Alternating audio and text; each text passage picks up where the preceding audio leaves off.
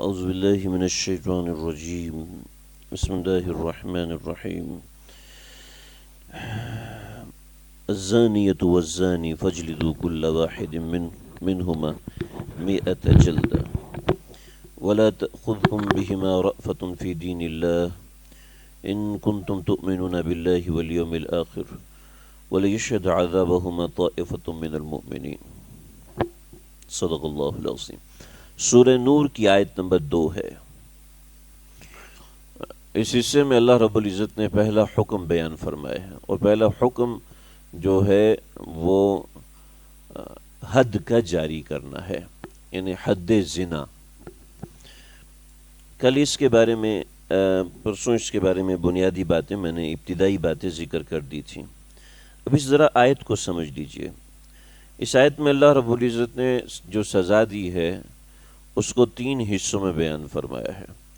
پہلے نمبر پر سزا کا بیان، دوسرے نمبر پر سزا کے رویے کا بیان، تیسرے نمبر پر سزا کے طرز عمل کا بیان۔ یعنی سزا کا بیان، سزا کے رویے کا بیان، اور سزا کا جو طرز عمل ہے وہ کیا ہونا چاہیے اس کا بیان۔ ان تینوں چیزوں کا بیان اس آیت مبارکہ میں کیا گیا۔ اس سے سمجھ میں آیا سب سے پہلی بات کہ کسی بھی معاشرے میں جرم کی سزا رکھنا ضروری ہے۔ اگر جرم کی سزا نہیں رکھی جائے گی تو معاشرے میں جرم بڑھتا جائے گا، نمبر 1۔ نمبر 2، جرم کی سزا کی تشہیر بھی ضروری ہے۔ اگر جرم کی سزا کی تشہیر نہیں ہوگی تو وہ سزا خفیہ طور پر رہے گی اور دوسرے لوگوں کو بھی اس جرم کو کرنے کی جرات ہوگی۔ پھر اس میں اہم بات ہے کہ جرم کا بیان ضروری ہے۔ اللہ رب العزت نے الزانیۃ والزانی ڈائریکٹ اپروچ استعمال کی، یعنی صاف واضح لفظوں میں جرم کو بیان کر دیا۔ چنانچہ جو بھی معاملہ ہو اس معاملے کو صاف لفظوں میں بیان کرنا چاہیے، چاہے وہ جرم ہو چاہے وہ کوئی اور معاملہ ہو۔ لہٰذا مجرم کے جرم کو صاف لفظوں میں بتانا چاہیے کہ اس کا جرم کیا تھا۔ مجرم کو بھی باور کروانا چاہیے کہ آپ اس چیز کے مجرم ہیں، چنانچہ اس کے حوالے سے واضح کر دیا جائے کہ یہ جرم ہے۔ بہت سے معاملات ہیں جو ہمارے معاشرے میں ڈیفائن نہیں ہوتے۔ جیسے بطور مثال کوئی شخص بیمار ہے تو اب حاکم کے لیے یہ اجازت ہے کہ اس سے پوچھے جی آپ کو کیا بیماری ہے۔ باس کے لیے اجازت ہے کہ اس سے پوچھے جی آپ کو بیماری کیا ہے، آپ واضح کیجئے کہ آپ کو جی میرے پیٹ میں درد ہے۔ پیٹ میں درد کسی بیماری کا نام نہیں ہے، ڈاکٹر بتائے گا کہ اس بیماری کا نام کیا ہے۔ میرے سر میں درد ہے، سر میں درد کسی بیماری کا نام نہیں، یہ تو ایک بہانہ ہے۔ سر میں درد جو بیماری ہے اس بیماری کا نام کیا ہے، حاکم وقت اپنے ماتحتوں سے اور اسی طریقے سے باس اپنے ماتحتوں سے یہ سوال کر سکتا ہے کہ اپنی بیماری بیان کرو۔ صاف لفظوں میں بیماری کا بیان ہونا چاہیے، اور اس کے لیے جو ہمارا ایک آفیشیل طریقہ ہے کہ کاغذ پر ڈاکٹر لکھ کر دے، سرٹیفکیٹ بنا کے دے، وہ طریقہ بالکل شریعت کے مطابق ہے، شریعت کے موافق ہے۔ وہ انہی آیات سے نکلتا ہے کہ جرم، مرض، عذر، ان کا صاف لفظوں میں بیان ہونا چاہیے۔ صاف لفظوں میں جہاں پر بیان ہوگا، حاکم وقت کو بھی سمجھایا جا رہا ہے کہ آپ بھی پوچھ سکتے ہیں، اور ماتحتوں کو بھی بتایا جا رہا ہے کہ آپ سے پوچھا جا سکتا ہے، اور آپ کو اس چیز کا بیان صاف لفظوں میں ہونا ضروری ہے۔ اگر صرف اتنی سی بات ہو جائے تو ہمارے بہت سے معاملات بہت اچھے سے سدھر سکتے ہیں۔ قرآن کی اس آیت سے صاف طور پہ اشارہ ملتا ہے۔ اللہ رب العزت نے کوئی شرم کا لفظ چھپایا نہیں، شرم کی وجہ سے لفظ کو چھپائے کہ الزانیۃ والزنا کتنی گندی چیز ہے۔ اللہ رب العزت صاف لفظوں میں اتنے گندے ورڈ کو بول رہے ہیں، آگے اس کو بچے بھی سنیں گے، اس کو بوڑھے بھی سنیں گے، اس کو مرد بھی سنیں گے، عورتیں بھی سنیں گی۔ اللہ رب العزت نے اس معاملے میں شرم نہیں فرمائی، صاف لفظوں میں بیان کر دیا، آگے امت کو بیان کرنے کے لیے کہ جرم کا بیان صاف ہونا چاہیے، مجرم کا جرم واضح لفظوں میں ہونا چاہیے کہ اس کا کیا جرم ہے۔ محض کسی ایک عمومی چیز کا بتا دینا جی یہ کرپشن کرتا ہے، کرپشن کس چیز کی کرتا ہے واضح ہونی چاہیے، کیا کرپشن کی ہے واضح ہونا چاہیے، مجرم کا جرم واضح ہونا ضروری ہے۔ ہمارے بے شمار معاملات ایسے ہوتے ہیں جو ہمارے ملک میں پروپوگنڈا بنتا ہے بہت سی چیزوں کا کہ کسی شخص کو مجرم بنا دیا جاتا ہے، حقیقت میں وہ مجرم نہیں ہوتا، حقیقت میں وہ بالکل صاف ستھرا ہوتا ہے۔ اسی طریقے سے جب کسی شخص کو جرم سے بری کیا جائے تو صاف لفظوں میں بتا دیا جائے کہ یہ مجرم نہیں ہے، اس کا کوئی جرم نہیں ہے، لیکن چونکہ یہ قانون ہمارے پاس نہیں ہے ہمارے ملک کی عدالتوں میں، اور یہ چیز بہت کم جگہ اپلائی ہوتی ہے، تو اس وجہ سے بہت سے بے گناہ مارے جاتے ہیں، اور جب بے گناہ پکڑے جاتے ہیں تو ان کے اوپر کوئی نہ کوئی شک عائد کر کے ان کے اوپر لگا دی کہ سیکشن فلاں کے تحت ہم نے اس کو قید کیا اور سیکشن فلاں کے تحت ہم نے اس کو چھوڑا ہے۔ یہ چیز واضح ہونی چاہیے، ہمارے پاس اس کی اویئرنیس نہیں ہے، اس میں ضرورت ہے ہمارے ملک کے وکلاء کو کہ کوئی ایسی چیز بنائی جائے جس سے لوگوں کو کنسٹیٹیوشن پتہ ہونے چاہیے کہ پولیس آپ کو کس چیز کی وجہ سے ہراساں کر سکتی ہے، آپ کو کس چیز وجہ سے گرفتار کیا جا سکتا ہے، اور آپ کے چھوٹنے کا، آپ کی ضمانت کا کیا طریقہ کار ہونا چاہیے۔ یہ واضح ہونا چاہیے کہ مجرم اور اجرام کی دنیا جو ہے یہ واضح ہونی چاہیے، لوگوں کو اس کی اویئرنیس ہونی چاہیے۔ قرآن مجید کے یہ الفاظ صاف لفظوں میں بتا رہے ہیں، وَالزَّانِيَةُ وَالزَّانِي، اب ان کا جرم کیا ہے؟ زنا کرنا۔ فَاجْلِدُوا كُلَّ وَاحِدٍ مِّنْهُمَا 100 جلدہ، دونوں کو 100 کوڑے مارے جائیں گے، کسی کا اخفا نہیں کیا جائے گا، دونوں کو 100 کوڑے مارے جائیں گے۔ چنانچہ ہمارے ملک میں ایک کیس چلا تھا ملالہ کے نام سے، اور اس کے اندر اسلامی سزاؤں کا خوب مذاق اڑایا گیا، اور ہمارے دانشور حضرات نے بھی خوب مجھے ان کیس میں نہیں پڑھنا، نہ ہی میں اس کی تفصیل میں جاتا ہوں، میں صرف شرعی بنیاد پر کہہ رہا ہوں کہ اگر کسی کا جرم ثابت ہو جاتا ہے شرعی اعتبار سے، اب یاد رکھیے شرعی اعتبار سے جرم ثابت ہونا اتنا آسان نہیں ہے، شرعی اعتبار سے جرم ثابت ہونا بہت مشکل ہے۔ حدیث میں آتا ہے یا تو کوئی شخص شرعی اعتبار سے خود جرم کا اعتراف کرے اور اپنے اوپر 4 گواہیاں دے کہ میں نے یہ کیا، میں نے یہ کیا، میں نے یہ کیا اور میں نے یہ کیا، یعنی 4 مرتبے اس جرم کا اقرار کرے، یا 4 معتبر گواہ اس کے خلاف گواہی دیں۔ اچھا، اب اس کے بعد ضروری نہیں ہے کہ اس نے جرم کیا ہی ہو، لیکن شریعت سزا کو نافذ کرے گی، اس لیے کہ نبی اکرم صلی اللہ علیہ وسلم کے سامنے ایک صاحب کے بارے میں 4 لوگوں نے گواہی دی کہ اس شخص نے یہ جرم کیا ہے۔ چنانچہ آپ صلی اللہ علیہ وسلم نے حضرت علی سے فرمایا کہ جاؤ اس کو رجم کر دو، جاؤ اس کو 100 کوڑے مارو، کیونکہ شادی شدہ نہیں تھا۔ تو حضرت علی اس کے پیچھے گئے تو اس نے ہاتھ چھڑایا اور وہاں سے بھاگا، جب بھاگا تو بھاگتے دوڑتے چونکہ درخت پہ چڑھنے کا بہت ماہر تھا تو وہ درخت پہ چڑھ گیا، لیکن وہ جانتا نہیں تھا حضرت علی کو کہ حضرت علی تو حضرت علی ہیں۔ چنانچہ حضرت علی اس کے پیچھے درخت پہ چڑھ گئے، جب وہ درخت پہ چڑھا تو وہ وہاں سے جب اس نے دیکھا کہ حضرت علی تو مجھ سے بھی زیادہ تیز چڑھ رہے ہیں، تو اس نے جناب آگے بڑھنے کی کوشش کی تو اس کا پاؤں پھسلا، وہ نیچے گرا، اس کی دھوتی اڑ گئی اور جناب وہ نیچے ننگا ہو کے زمین پہ گرا۔ جب ننگا ہو کے زمین پہ گرا تو حضرت علی نے دیکھا یہ تو ویسے ہی مقتوع ہے، یعنی اس کو تو زنا کرنے کی طاقت ہی نہیں ہے، یہ تو کھدڑا ہے۔ تو حضرت علی رضی اللہ عنہ واپس آ گئے اور آپ صلی اللہ علیہ وسلم سے عرض کیا کہ یا رسول اللہ، ان 4 گواہوں نے جھوٹی گواہی دی تھی، کیونکہ وہ شخص جو ہے وہ اس قابل ہی نہیں ہے کہ وہ زنا کر سکے۔ تو آپ صلی اللہ علیہ وسلم نے خوشی کا اظہار فرمایا، حضرت علی کو شاباش دی کہ تم نے بالکل صحیح فیصلہ کیا۔ تو کہنے کا مقصد یہ ہے کہ 4 گواہ ہونے کے بعد ضروری نہیں ہے کہ اس شخص نے جرم کیا ہو، لیکن شرعی حد ہے کہ 4 گواہ موجود ہوں اور وہ ایک مخصوص طریقے سے گواہی دیں کہ جس طریقے سے سرمیدانی سرموچوں میں جاتی ہے اس طریقے سے میں نے ان کو یہ حرکت کرتے ہوئے دیکھا ہے۔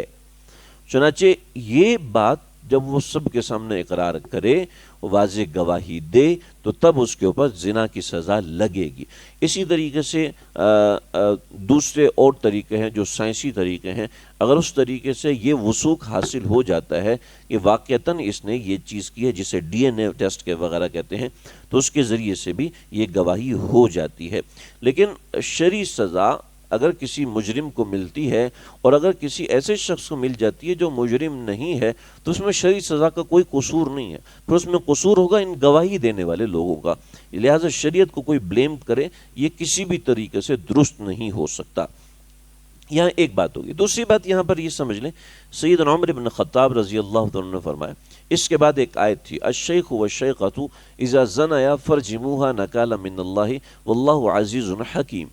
الشیخ والشیخۃ، جب کوئی شادی شدہ مرد اور شادی شدہ عورت زنا کرتے ہیں تو اس صورت میں دونوں کو فرجموہا، دونوں کو رجم کر دیے جائے. اور رجم کیسے کیا جائے کہ زمین میں گڑھا کھود کے ناف تک ان کو زمین میں پیوست کر دیا جائے اور اس کے بعد پتھر مار مار کے ان کو ختم کیا جائے.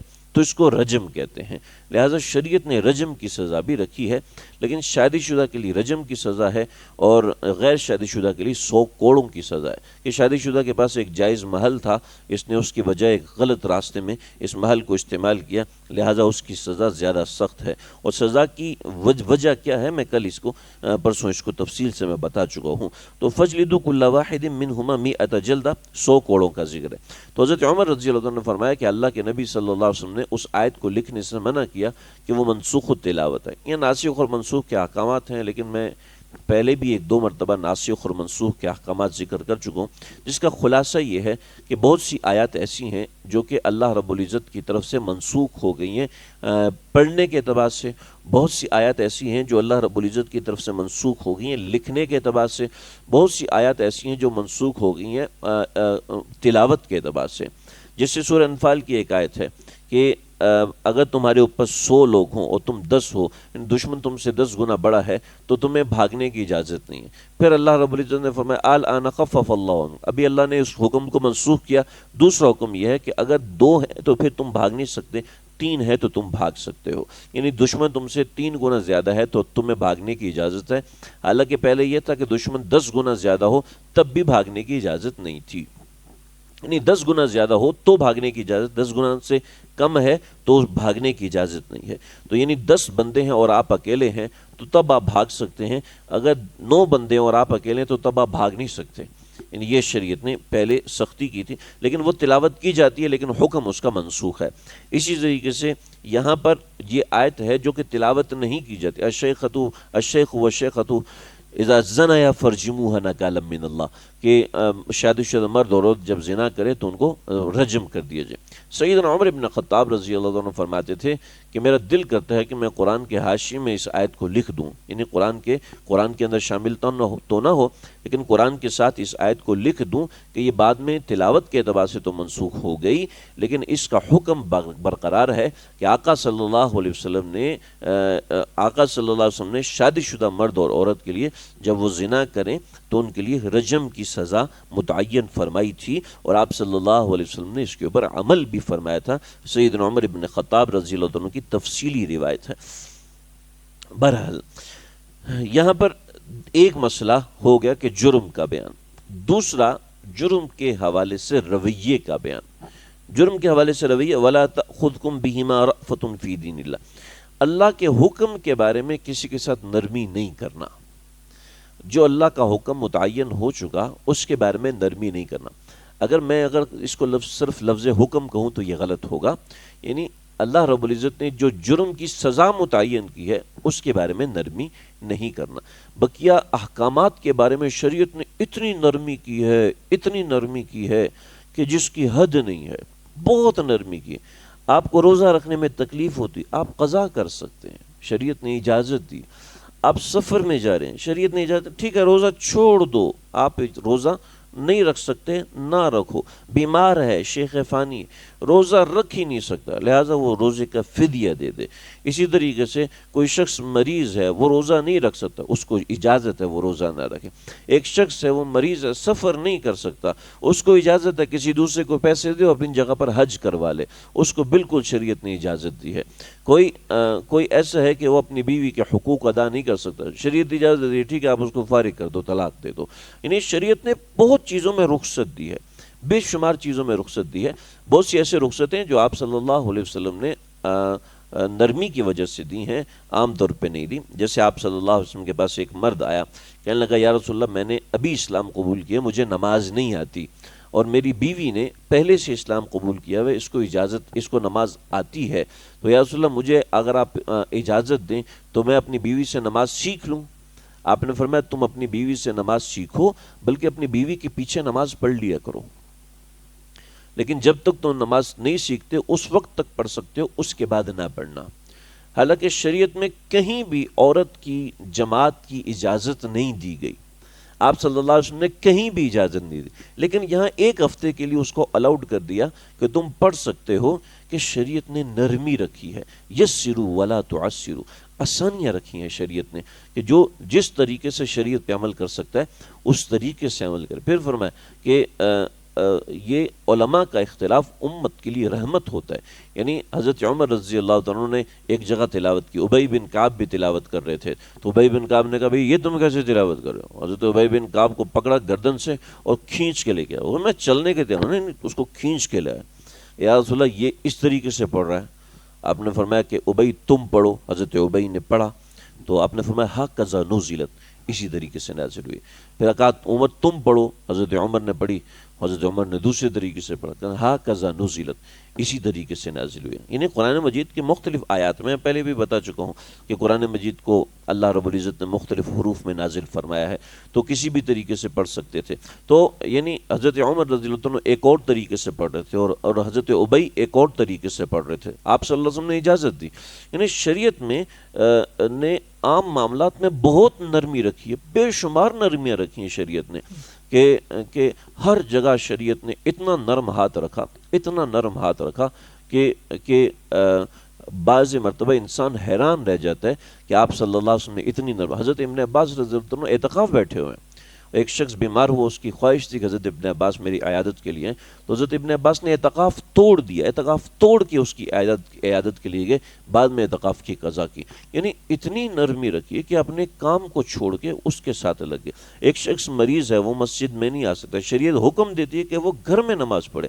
ایک شخص زمین پہ نماز نہیں پڑھتا، شریعت کہتی ہے کہ تم اوپر بیٹھ کے نماز پڑھو، اگر تم زمین پہ نماز نہیں پڑھ سکتے تو تم سجدہ کرو۔